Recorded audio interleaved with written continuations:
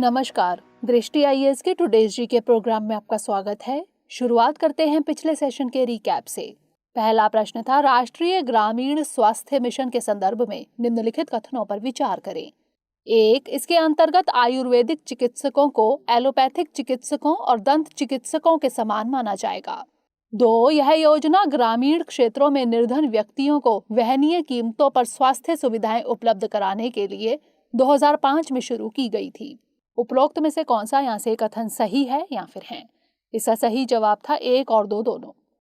अगला प्रश्न था, GSLV F10 EOS 03 मिशन के संदर्भ में निम्नलिखित कथनों पर विचार करें। 1. यह नई पीढ़ी के भू अवलोकन उपग्रहों की श्रृंखला का एक भाग था।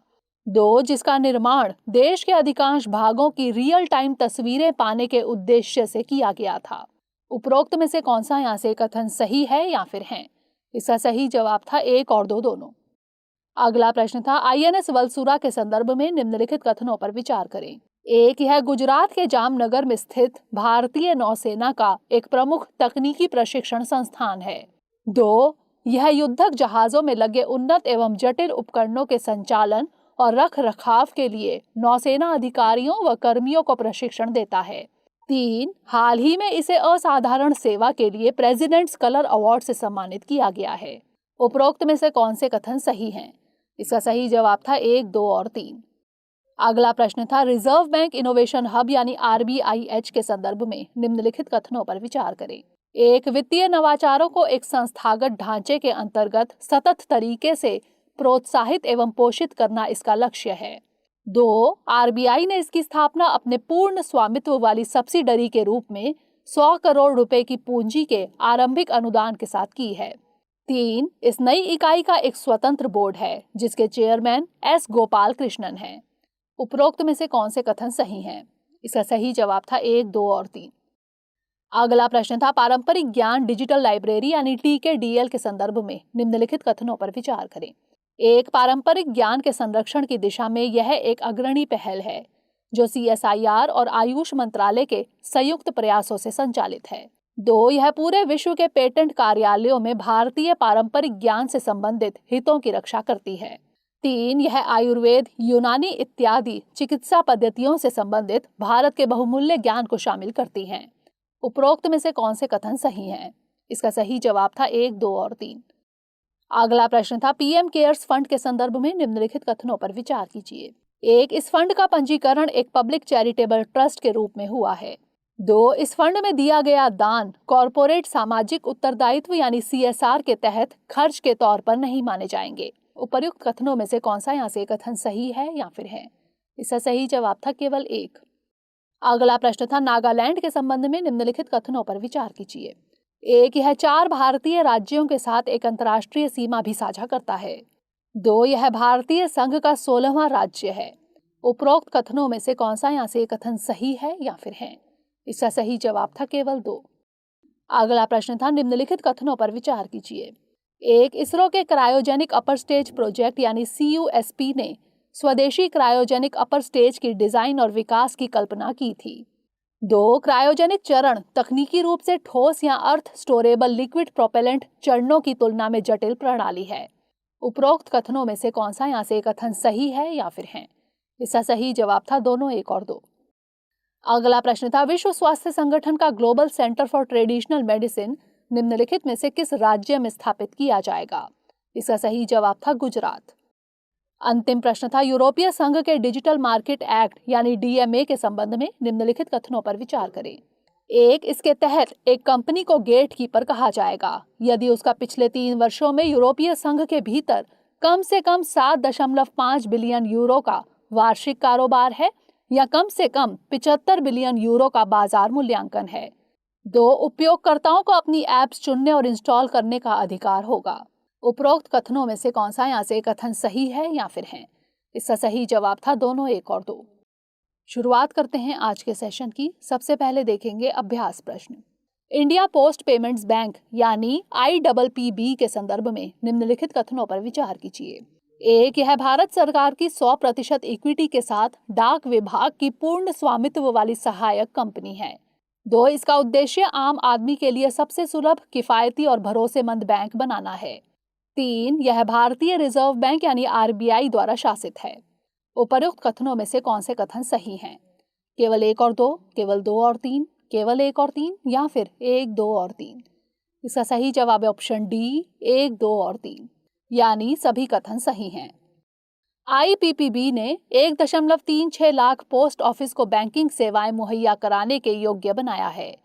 यह बैंक भारत सरकार की 100% इक्विटी के साथ डाक विभाग की पूर्ण स्वामित्व वाली सहायक कंपनी है, इसलिए कथन 1 सही है। IPPB का विजन है आम आदमी के लिए सबसे सुलभ, किफायती और भरोसेमंद बैंक बनाना और कम बैंकिंग सुविधा वाली आबादी के लिए वित्तीय समावेशन का मार्ग प्रशस्त करना, इसलिए कथन 2 भी सही है। IPPB भारतीय रिजर्व बैंक के तहत काम करता है, इसलिए कथन 3 भी सही है। इस हिसाब से इसके तीनों ही कथन सही हैं। तो इस तरह इस प्रश्न का सही जवाब ऑप्शन डी, 1, 2 और 3। हमारे वीडियो अंग्रेजी में देखने के लिए फॉलो करें हमारा ही दूसरा यूट्यूब चैनल दृष्टि IAS इंग्लिश। आज के सेशन का पहला प्रश्न है, कॉम्प्रिहेंसिव इकोनॉमिक पार्टनरशिप एग्रीमेंट यानी CEPA के संदर्भ में निम्नलिखित कथनों पर विचार कीजिए। 1, यह एक तरह का मुक्त व्यापार समझौता है जो सेवाओं, निवेश और बौद्धिक संपदा अधिकारों के क्षेत्र में किया जाता है। 2, भारत ने UAE और मलेशिया के साथ इस तरह के समझौते किए हैं। 3, एक CEPA का दायरा किसी मुक्त व्यापार समझौते यानी FTA से ज्यादा नहीं होता। उपर्युक्त में से कौन सा यहाँ से कथन सही है या फिर है? केवल 1, केवल 1 और 2, केवल 2 और 3 या फिर केवल 3? इसका सही जवाब है ऑप्शन ए, केवल 1। हाल ही में भारत और UAE के बीच CEPA पर दस्तखत हुए। यह एक तरह का मुक्त व्यापार समझौता है जो सेवाओं, निवेश जैसे क्षेत्रों में किया जाता है। दूसरी आर्थिक गतिविधियों मसलन व्यापार सुविधा, सीमा शुल्क सहयोग, प्रतिस्पर्धा और बौद्धिक संपदा अधिकार को भी इसमें शामिल किया जा सकता है, इसलिए पहला कथन सही है। पार्टनरशिप एग्रीमेंट्स या कोऑपरेशन एग्रीमेंट्स का दायरा FTA के मुकाबले काफी बड़ा होता है, इसलिए तीसरा कथन गलत है। भारत ने मलेशिया के साथ CECA यानी कॉम्प्रिहेंसिव इकोनॉमिक कोऑपरेशन एग्रीमेंट किया है, ना कि CEPA, इसलिए दूसरा कथन भी गलत है। तो इस तरह इस प्रश्न का सही जवाब ऑप्शन ए, केवल 1। अगला प्रश्न है, भारत और मालदीव के संदर्भ में निम्नलिखित कथनों पर विचार कीजिए। 1, मालदीव में तख्ता पलट की कोशिश को रोकने के लिए भारत ने ऑपरेशन कैक्टस के तहत सेना भेजी थी। 2, दोनों देशों के बीच होने वाले संयुक्त सैन्य अभ्यास को गरुड़ शक्ति कहते हैं। उपर्युक्त में से कौन सा यहाँ से कथन सही है या फिर है? केवल 1, केवल 2, 1 और 2 दोनों या फिर ना तो 1 और ना ही 2? इसका सही जवाब है ऑप्शन ए, केवल 1। हाल ही में भारत की मदद से मालदीव में national college of policing and law enforcement का उद्घाटन किया गया। यह पहली मर्तबा नहीं है जब भारत अपने पड़ोसी देश की मदद कर रहा हो। इससे पहले 1988 में जब राष्ट्रपति मामून अब्दुल गयूम के खिलाफ तख्ता पलट की कोशिश की गई तो भारत ने इसे रोकने के लिए सैन्य मदद भेजी थी। इस मदद को ऑपरेशन कैक्टस नाम दिया गया था, इसलिए पहला कथन सही है, जबकि दूसरा कथन इसलिए गलत है क्योंकि दोनों देशों के बीच होने वाले संयुक्त अभ्यास को एकोवेरिन कहा जाता है। तो इस तरह इस प्रश्न का सही जवाब है ऑप्शन ए, केवल 1। अगला प्रश्न है, निम्नलिखित कथनों पर विचार कीजिए। 1, भारत के संविधान में धार्मिक अल्पसंख्यकों को मान्यता नहीं दी गई है। 2, अनुच्छेद 29 के तहत केवल अल्पसंख्यकों के विशिष्ट भाषा, लिपि या संस्कृति के अधिकार को संरक्षण दिया गया है। उपर्युक्त में से कौन सा यहाँ से कथन सही है या फिर है? केवल 1, केवल 2, 1 और 2 दोनों या फिर ना तो 1 और ना ही 2? इसका सही जवाब है ऑप्शन डी, ना तो 1 और ना ही 2, यानी दोनों कथन गलत हैं। अल्पसंख्यकों के मामले में हाल ही में अल्पसंख्यक मामलों के मंत्रालय ने सुप्रीम कोर्ट में हलफनामा दर्ज किया। सरकार के मुताबिक राज्य सरकार भी किसी धार्मिक या भाषाई समुदाय को राज्य के भीतर अल्पसंख्यक समुदाय का दर्जा दे सकती है। संविधान में कहीं भी अल्पसंख्यक शब्द को परिभाषित नहीं किया गया है। हालांकि हमारा संविधान धार्मिक और भाषाई दोनों तरह के अल्पसंख्यकों को मान्यता देता है, इसलिए पहला कथन गलत है। अनुच्छेद 29 के तहत नागरिकों के किसी भी समूह को विशिष्ट भाषा, लिपि या संस्कृति के अधिकार को संरक्षण दिया गया है, यानी इसका दायरा अल्पसंख्यकों तक सीमित नहीं है। सुप्रीम कोर्ट के मुताबिक अनुच्छेद 29 में इस्तेमाल किए शब्द सेक्शन ऑफ सिटीजन्स, नागरिकों के समूह का मतलब इसमें अल्पसंख्यकों के साथ बहुसंख्यक भी शामिल हैं, इसलिए दूसरा कथन भी गलत है।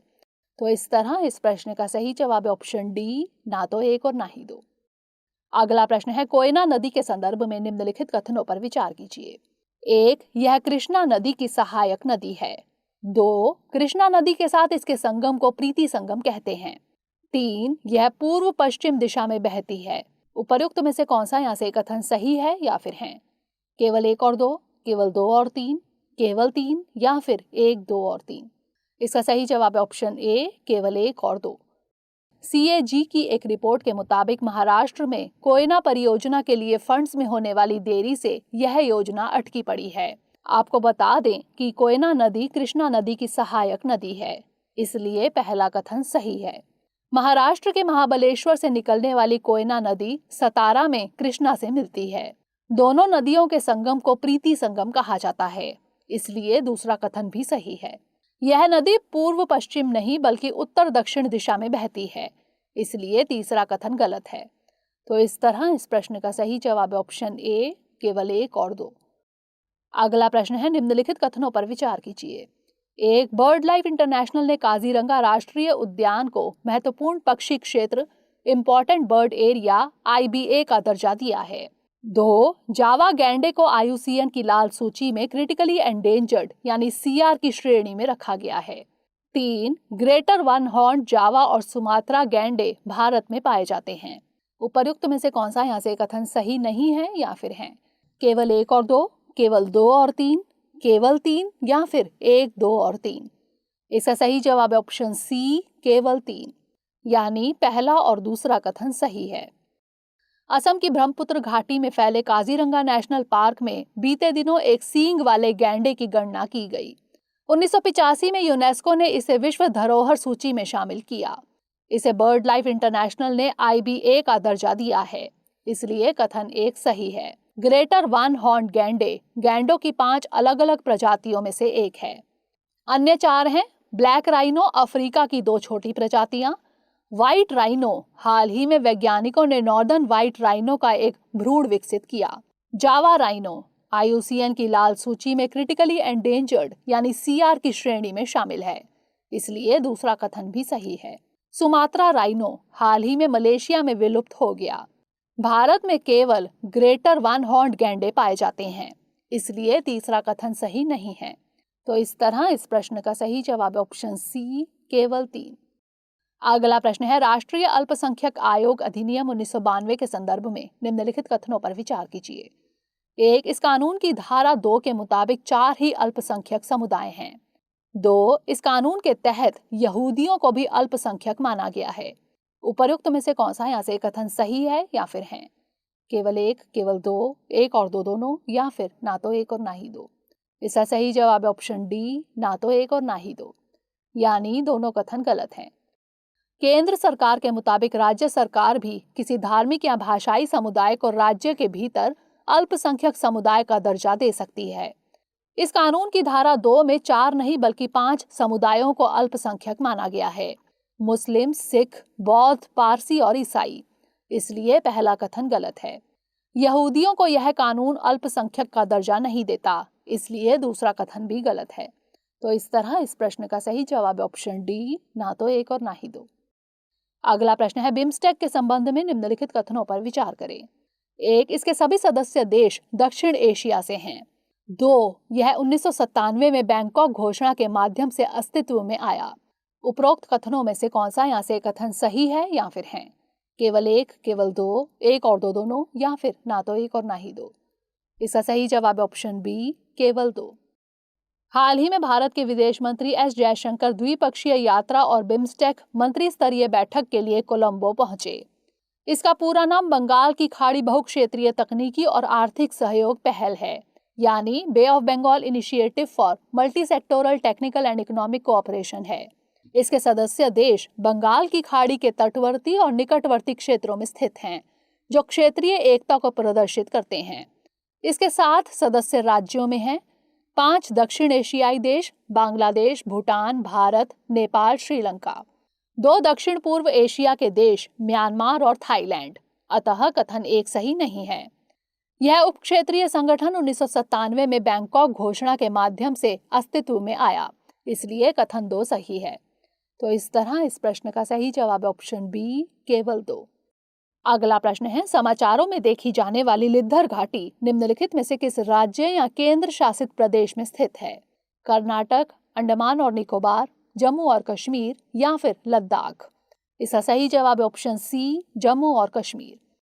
कोविड प्रोटोकॉल के साथ 43 दिवसीय अमरनाथ 2022 तीर्थ यात्रा 30 जून 2022 से शुरू होगी।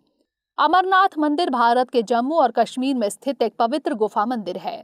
लिद्धर घाटी के सुदूर छोर पर स्थित यह गुफा ग्लेशियरों, बर्फीले पहाड़ों से घिरी हुई है और वर्ष के अधिकांश समय बर्फ से ढकी रहती है। यह गुफा मंदिर गर्मियों में थोड़े समय के लिए तीर्थ यात्रियों के लिए खुला रहता है, इसलिए विकल्प सी सही है।